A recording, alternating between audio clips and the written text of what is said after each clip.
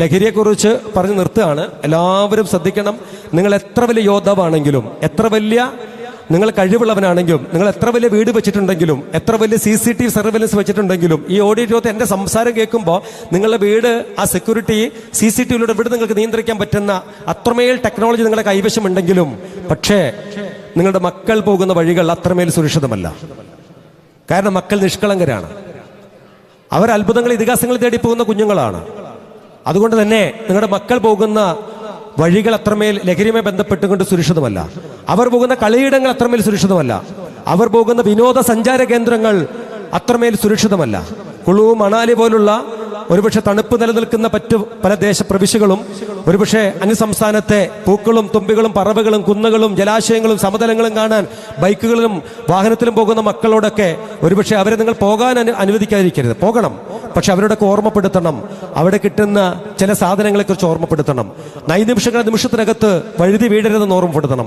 ഗോവ പോലുള്ള, തായ്വാൻ പോലുള്ള മഞ്ഞ് പെയ്യുന്ന മലപടക്കുകളിലും കടൽ തീരങ്ങളിലും ഒരുപക്ഷെ ടൂറിസ്റ്റുകളെ മാടി വിളിക്കാനുള്ള പുതിയ പുതിയ സിസ്റ്റങ്ങൾ അവിടെ ആപ്റ്റ് ചെയ്യപ്പെട്ടിട്ടുണ്ട്. കുടിക്കുന്ന ജ്യൂസിനകത്തും കഴിക്കുന്ന ഭക്ഷണത്തിലും കഴിക്കുന്ന മധുര പലഹാരങ്ങളിലുമെല്ലാം ഈ പറയുന്ന സിന്തറ്റിക് ഡ്രഗിന്റെ കണ്ടന്റ് ഉണ്ട്. അപ്പൊ അതുകൊണ്ട് അത് മാത്രം ഒന്ന് ഓർമ്മപ്പെടുത്തുക. ഒരുപക്ഷെ നമ്മളൊക്കെ നല്ല വിശ്വാസം, മതവിശ്വാസവും നല്ല മദ്രസ പഠനങ്ങളൊക്കെ മക്കൾക്ക് കൊടുക്കും. നമ്മൾ പറയും, എൻ്റെ മോളെല്ലാം എന്നോട് തുറന്നു പറഞ്ഞ കുട്ടി, എനിക്ക് ഒരു പേടിയില്ല, അങ്ങനെ ഓനെ വളർത്തി അങ്ങനെ സാറേ എല്ലാം എൻ്റെ കുട്ടീനോട് തുറന്നു പറയും. വള്ളി വിടാതെ പറയും എൻ്റെ കുട്ടീന്ന്. നിങ്ങൾ ഓർത്തോണം, മക്കളെ നമ്മൾ ഉപരിപഠനത്തിനായിട്ട് നമ്മൾ മറ്റ് സംസ്ഥാനത്തൊക്കെ പറഞ്ഞയക്കുമ്പോൾ നമ്മുടെ മക്കൾ ധരിച്ചിരിക്കുന്ന വസ്ത്രങ്ങൾ, അവരുടെ ഒരു ടേസ്റ്റ്, അവരുടെ ബ്രാൻഡഡായ ഷർട്ട്, ക്ലോത്ത്സുകൾ, വാച്ചുകൾ, ആഭരണങ്ങൾ, അവർ പോയിരിക്കുന്ന വണ്ടികൾ, അവർ കഴിക്കുന്ന ഫുഡുകളെല്ലാം മറ്റ് മനസ്സിലാക്കാൻ പറ്റുന്ന മറ്റ് സുഹൃത്തുക്കളുണ്ട്, ഒപ്പം പഠിക്കുന്നവരുണ്ട്. അവരതിനെയൊക്കെ വിലയിരുത്തും. അത്യാവശ്യം വീട്ടിൽ നല്ല പൈസ ഉള്ളവരാൻ തിരിച്ചറിയും. അറിഞ്ഞാൽ പിന്നെ വളരെ ഈസിയാണ് കാര്യം. കാരണം നമ്മുടെ മകളുടെ കയ്യിൽ സിഗരറ്റ് കൊടുത്ത മകൾ വേണ്ടാന്ന് പറയും.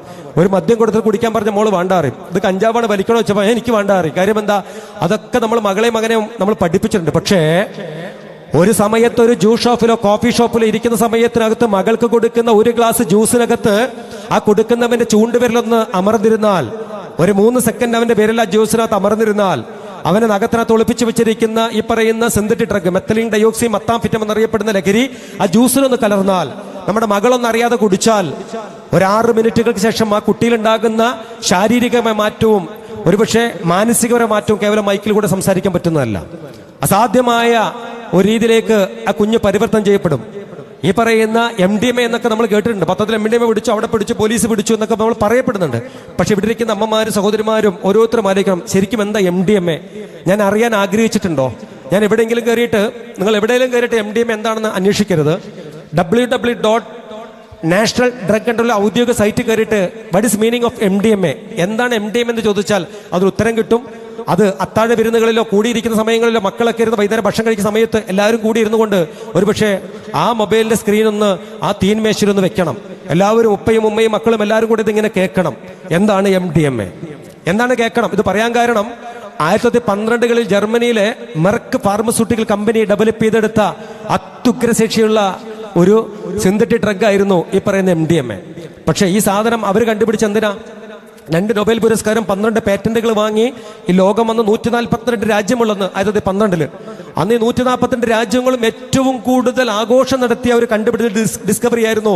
മെർക്ക് ആൻഡൻ കൊളീഷൻ എന്നറിയപ്പെടുന്ന കെമിസ്റ്റ് കണ്ടുപിടിച്ച കണ്ടുപിടുത്തമായിരുന്നു ഈ പറയുന്ന മെത്തലിൻ ഡയോക്സി മെത്താംഫിറ്റമിൻ 29 തന്മാത്രകളുടെ കൂടിച്ചേരലുകൾ.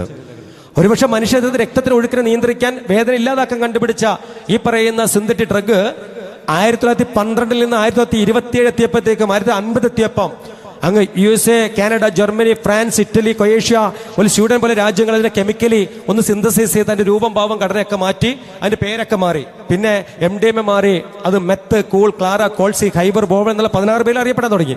ചുരുക്കം പറഞ്ഞാല് 1912 കണ്ടുപിടിച്ച ആ സാധനം 2023 എത്തിയപ്പം ഒരുപക്ഷെ ഐക്യരപ്പടി എന്ന് പറയുന്ന ദേശത്ത് ഇവിടെ ഇരുന്നു കൊണ്ട് മൊബൈൽ ഫോണിനകത്ത് നിങ്ങൾ ഓർഡർ ചെയ്താൽ ഒരു മെസ്സേജ് നിങ്ങൾക്ക് വരും, നിങ്ങൾ പണം അയക്കൂ എന്ന് പറഞ്ഞു. ഒരു ഡാർക്ക് വെബ് നിങ്ങൾക്ക് വരും. ആ വെബിൽ കയറി നിങ്ങൾ പണം അയക്കും. പണം അയച്ചു കഴിഞ്ഞാൽ IP നമ്പറുകളോ ഒരു സോഴ്സോ IMEയോ കണ്ടുപിടിക്കാൻ പറ്റാത്ത ഡാർക്ക് വെബിലേക്ക് നിങ്ങളുടെ 5000 രൂപ നിങ്ങൾ കൊടുക്കും. അതിനുശേഷം ആവശ്യക്കാർക്കുള്ള സാധനം കുറച്ച് കഴിഞ്ഞ് ഏകദേശം ഒരു 15 മിനിറ്റുകൾ വെയിറ്റ് ചെയ്യുമ്പോൾ വീണ്ടും മെസ്സേജ് വരും, ലൊക്കേഷനും ചിത്രവും വരും. അപ്പം നിങ്ങളിങ്ങനെ നോക്കും. ഐക്യരപ്പടിയിൽ നമ്മൾ ഇരിക്കുന്ന ഓഡിറ്റോറിയത്തിന് പുറത്ത് അതാ ഒരു ഇലക്ട്രിക്കിന്റെ ഒരു പോസ്റ്റ്, ആ പോസ്റ്റ് എഴുതി വെച്ചിട്ടുണ്ട്, KER/KSEB 1246 ഇലക്ട്രിക് പോസ്റ്റും അതിൻ്റെ അടിയിൽ കറുത്ത കവറും കിടക്കുന്നു. ആ ഫോട്ടോ നിങ്ങൾക്ക് അയച്ചു തന്നു. നിങ്ങൾ പോയി അങ്ങോട്ടും ഇങ്ങോട്ടൊക്കെ ആളെ നോക്കും, ആരെയും കാണൂല. ആ കവർ എടുക്കും, ആവശ്യമുള്ള സാധനം എടുത്ത് നിങ്ങൾ തിരിച്ചു പോരും. അതുകൊണ്ട് കൊടുക്കുന്ന ആളും വാങ്ങുന്ന ആളും കാണുന്നില്ല.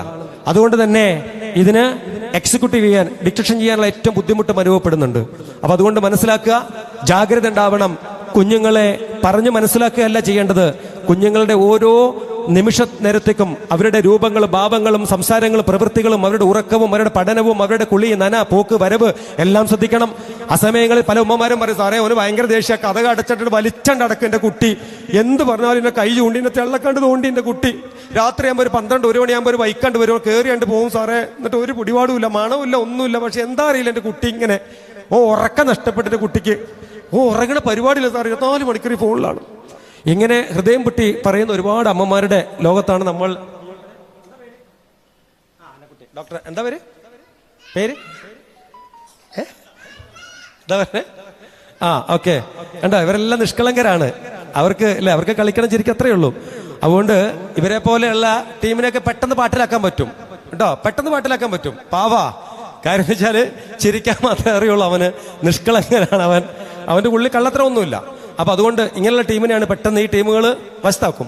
അപ്പൊ അതുകൊണ്ട് മക്കളോട് നിങ്ങൾ പറഞ്ഞു കൊടുക്കേണ്ടത് ഒരുപക്ഷെ ഉപദേശങ്ങളോ വലിയ വലിയ അക്കാഡമിക് നോളജോ ഒന്നുമല്ല. ഒരൊറ്റ ടിപ്പും കൂടെ പറഞ്ഞു നിർത്താം. ഒരു ഉപദേശമല്ല കേട്ടോ. ഇന്ന് നഷ്ടപ്പെട്ടൊരു കാര്യത്തെക്കുറിച്ച് പറയാം. വൈകുന്നേരം 7 മണി 8 മണി സമയത്ത് പീക്ക് ടൈമിൽ ഒന്നിച്ചിരുന്ന് ഭക്ഷണം കഴിക്കാൻ പറ്റുന്ന സംവിധാനം ഇന്ന് കേരളത്തിലില്ല. പ്രത്യേകിച്ച് മക്കൾ കൂടെ ഇരിക്കുന്നില്ല എന്ന ഏറ്റവും വലിയ വിഷയം. മക്കൾ ഒന്നിച്ച് വൈകുന്നേരം ഭക്ഷണം കഴിക്കുന്നില്ല. ഈ വൈകുന്നേരം ഒന്നിച്ച് ഭക്ഷണം കഴിച്ചാൽ ഒരുപാട് ഗുണങ്ങളുണ്ട്. എന്താണെന്നറിയാമോ? മക്കളുടെ രൂപഭാവങ്ങൾ, മുഖങ്ങൾ, അവൻ്റെ ഇഷ്ടങ്ങൾ, അവൻ്റെ അഭിരുചികളൊക്കെ വൈകുന്നേരം കൊടുത്ത് വാങ്ങി വിളമ്പി കൊടുത്ത് അങ്ങോട്ട് കൊടുത്ത് ഇങ്ങോട്ട് കൊടുത്ത് എല്ലാം ഒന്നിച്ചിരുന്ന് കഴിക്കാൻ പറ്റും. അവനെ നമുക്ക് തിരിച്ചറിയാൻ പറ്റും. നിർഭാഗ്യവശാൽ കുട്ടികളെല്ലാം ഇന്ന് ഫാസ്റ്റ് ഫുഡ് സംസ്കാരമാണ്. ഇന്നെല്ലാം പുറമേ നിന്നാണ് ഭക്ഷണം കഴിക്കുന്നത്. വൈകി 11-12 മണിക്കാണ് വീട്ടിൽ വരുന്നത്. വന്നാൽ തന്നെ ഇതിൽ നോക്കി അവൻ സംസാരിക്കാം, നമ്മളെ മുഖത്ത് നോക്കൂല, ഒറ്റ പോക്കായിരിക്കും, കഥ കടയ്ക്കും, അവൻ്റെ ലോകത്തേക്ക് അവൻ പോവും. അതുകൊണ്ട് കുഞ്ഞുങ്ങളെ സസൂക്ഷം ശ്രദ്ധിക്കുക, അവരെ ചേർത്ത് പിടിക്കുക. കാരണം ലോകം വല്ലാതെ മാറിയിട്ടുണ്ട്. കാരണം പണ്ടത്തെ ലോകമല്ല ഇന്നത്തെ ലോകം. അതുകൊണ്ട് വേറൊന്നും കൂടെ പറയാം. ലഹരിയുമായി ബന്ധപ്പെട്ടുകൊണ്ട് ഏതെങ്കിലും കുടുംബങ്ങൾ വ്യക്തിപരമായിട്ട് മാനസിക വിഷമം അനുഭവിക്കുന്നുണ്ടെങ്കിൽ അറിഞ്ഞോ അറിയാതെ അവരൊന്നും പരിഹസിക്കരുത്. ബീരാന്റെ മോനെ പോലീസ് പിടിച്ചു, അല്ലെങ്കിൽ നൗഫലിന്റെ മോനെ പോലീസ് പിടിച്ചു, ബാബുവിന്റെ മോനെ പോലീസ് കൊണ്ടുപോയി, ജോസഫിന്റെ മോനെ പോലീസ് കൊണ്ടുപോയി പറയരുത്. എക്സൈസ് പിടിച്ചത് പറയരുത്. ആ വീടുകൾ എന്ന് പറയുന്നത് തകർന്ന വീടായിരിക്കും. ആ വീട്, അവരുടെ ഹൃദയം തകർന്ന അച്ഛനും ഉമ്മയും ഉപ്പയുണ്ടാവും. ആ വീട്ടിലേക്ക് നമ്മുടെ സംഘടനകൾ, കൂട്ടായ്മകൾ പോകണം. ഞങ്ങളുണ്ടെന്ന് പറയണം. നല്ല സംവിധാനമുണ്ട്. മഞ്ചേരി മെഡിക്കൽ കോളേജിൽ കലാപതി എന്ന വാർഡുണ്ട്. ഡോക്ടർ റസാഖ് ഡോക്ടർ നേതൃത്വത്തിൽ 9ഓളം സൈക്കാട്രികളുണ്ട്, 11 ക്ലിനിക്കൽ സൈക്കോളജിസ്റ്റുകൾ അവിടെ ജോലി ചെയ്യുന്നുണ്ട്. പക്ഷേ ആ സൗകര്യങ്ങൾ ആരും ഉപയോഗിക്കുന്നില്ല. അവിടെ തീർച്ചും സൗജന്യമാണ്. പെട്ടെന്ന് മാത്രമല്ല അവിടെ നമ്മുടെ ശിഖാബ്ദങ്ങളുടെ പേരിലും അതുപോലെ തന്നെ ഒക്കെ ഭക്ഷണം കൊടുക്കുന്ന നല്ല നൂതന സൗകര്യമുണ്ട്. ഭക്ഷണവും ഫ്രീ ആണ്. സൗജന്യ മെഡിസിനും മരുന്നും ഒക്കെ അവിടെ കിട്ടുന്ന സൗകര്യം നമ്മുടെ മഞ്ചേരി മെഡിക്കൽ കോളേജിലുണ്ട്. നിങ്ങളെ വീട്ടിൻ്റെ അടുത്ത് ഏതെങ്കിലും വ്യക്തി ഏതെങ്കിലും സ്വന്തത്തിൽ ബന്ധത്തിൽ വിഷമം അനുഭവിക്കുന്നുണ്ടെങ്കിൽ നിങ്ങളൊന്ന് പറയണം എന്ന് മാത്രം അഭ്യർത്ഥിച്ചുകൊണ്ട് കൂടുതലൊന്നും പറയുന്നില്ല. നിങ്ങളുടെ മനസ്സിലൊക്കെ എനിക്ക് പ്രാർത്ഥനയിൽ ഓർക്കണം. എല്ലാ വേദിയിലും പറയുന്ന ഒരു കാര്യം കൂടെ പറഞ്ഞുകൊണ്ട് ഞാൻ നിർത്തുകയാണ്. സാറേ, ഒരു കാര്യം കൂടെ പറഞ്ഞു നിർത്താം.